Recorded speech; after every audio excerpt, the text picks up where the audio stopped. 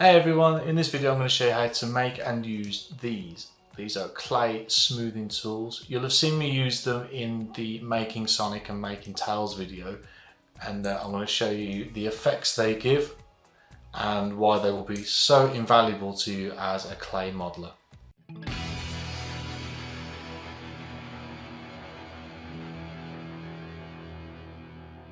Okay, a few things you're going to definitely need. One is a pair of wire cutters. Two is a pair of slightly rusty pliers. One thing you'll definitely need is some guitar string, and you can buy them in packs of 6, which have 4 different wound steel string gauge, which is what you want, or ideally you'll have some lying around.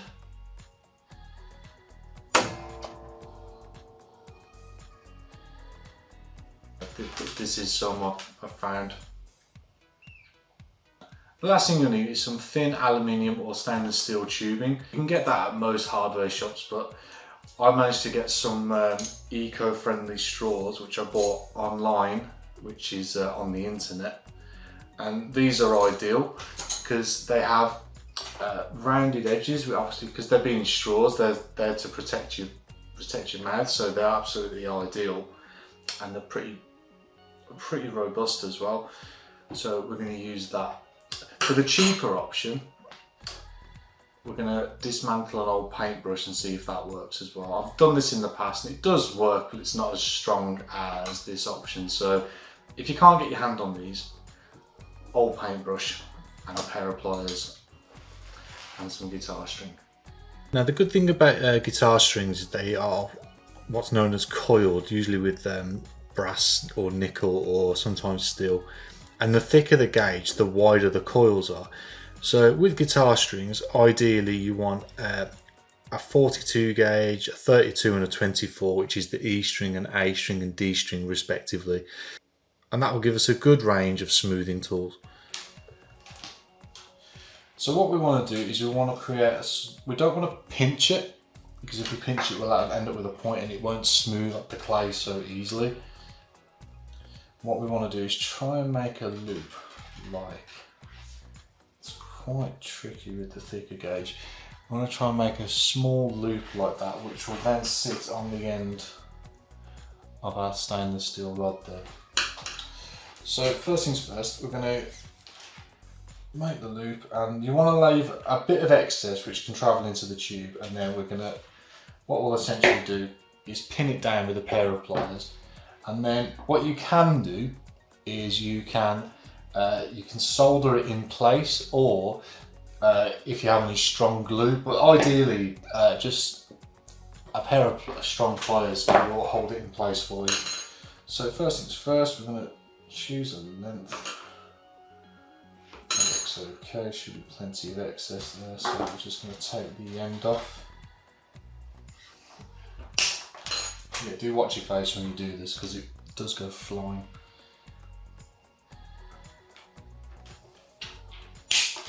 There we go.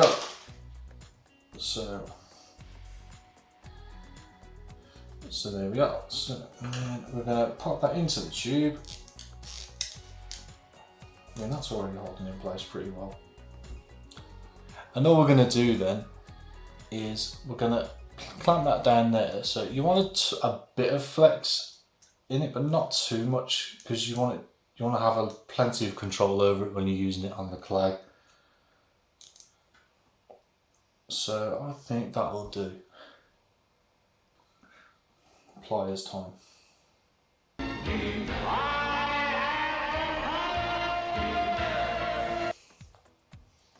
It is holding in place pretty well, but I want to try and fix that. I don't want it to move when I'm using it.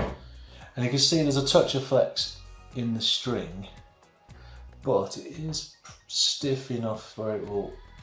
I'll show you how I use these afterwards. And this is where what you can do is either super glue the end, let it dry, hopefully that'll hold it in place, or if you've got a soldering kit, which I have, you can solder the end in place, which I'm going to try.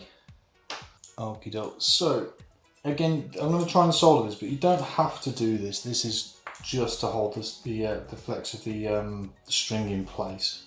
If you haven't got a soldering iron or you don't have access to one, don't fret, you don't need to do this. What I will say is you might need to just press slightly tighter on these edges to stop this from moving in and out.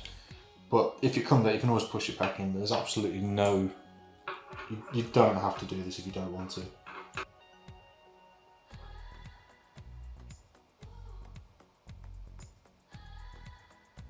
Okie dokie, so we've had a go at the soldering. It seems to have gone pretty right. It's pretty solid now. You can see that there. So that's going to stay in place now. So I've got the thicker gauge string. I'm going to do this again with the two thinner gauge. For guitar players, it's the A and the D string. And the good thing about having different gauges of smoothing tool is that you can go from the thicker ones will take on sort of bigger bumps in the clay, and then the thinner ones will be there purely to smooth and finishing touches, and they're really effective, especially when they're done well. To show you the second technique, we are just going to literally dismantle this paintbrush.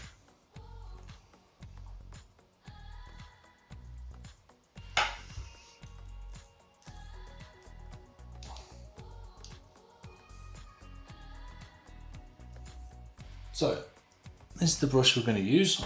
It's pretty cheap and cheerful, as you can see. It's already kind of fell apart. But these are really coarse bristles. I'm hoping perfect. So yeah, there we go. So there's the bristles. Bristles are right. So we're left with the handle. And we're going to recreate what we did here with this. And this is the cheapest way of making one of these smoothing tools. I'll do another E string one, so this is the thicker gauge string again. So I'm going to do exactly the same method. You've got to bear in mind how much room you've got inside there, because it'll meet the wood of the handle at some point quite quickly. I'll show you. So there's about half an inch in it. So we'll leave a bit of excess, we might have to trim it. So we're going to create our loop again. Again, we don't want to pinch it too much, but that should do. So you can always trim afterwards. So I'm going to cut that there. Again, watch yourself because it will fly. There we go. If you're a guitar player, you'll know this. And then, yeah, I'm going to have to take some more of that, but you can see the method working and it's working quite well. So all we're going to do is I'm going to trim this a bit more.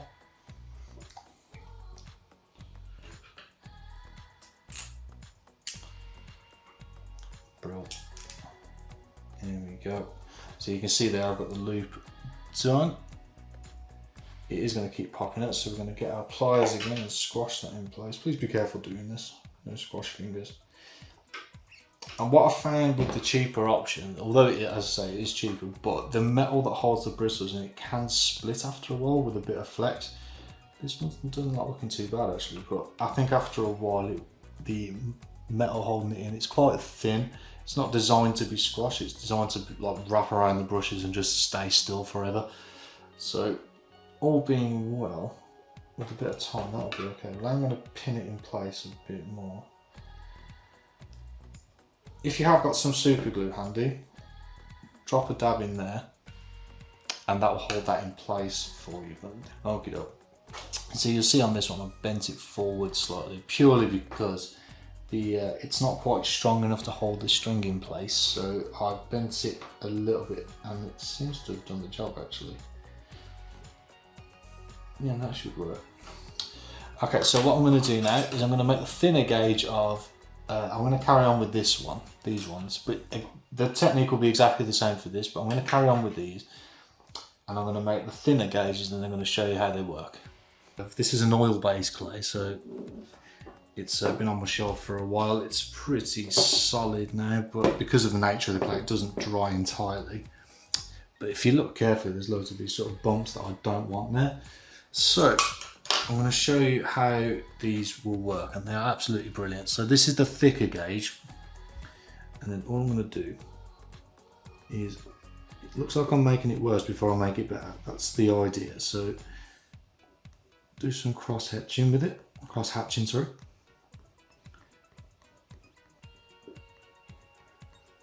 I won't do the entire thing, I'll just do so you can just to demonstrate it.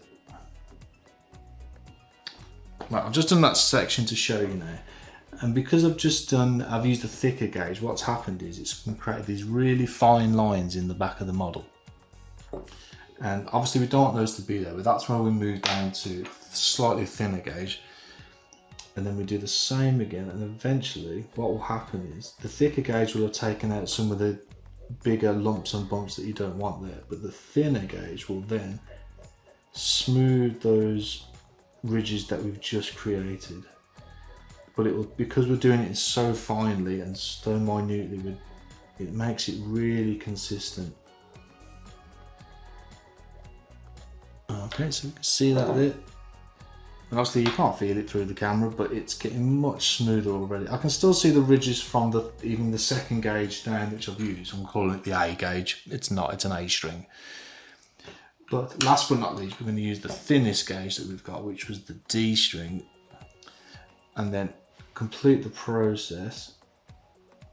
And what we'll have ended up with is an area with no lumps and bumps, no unusual scratches, and it is really smooth to the touch now, which is exactly what we want.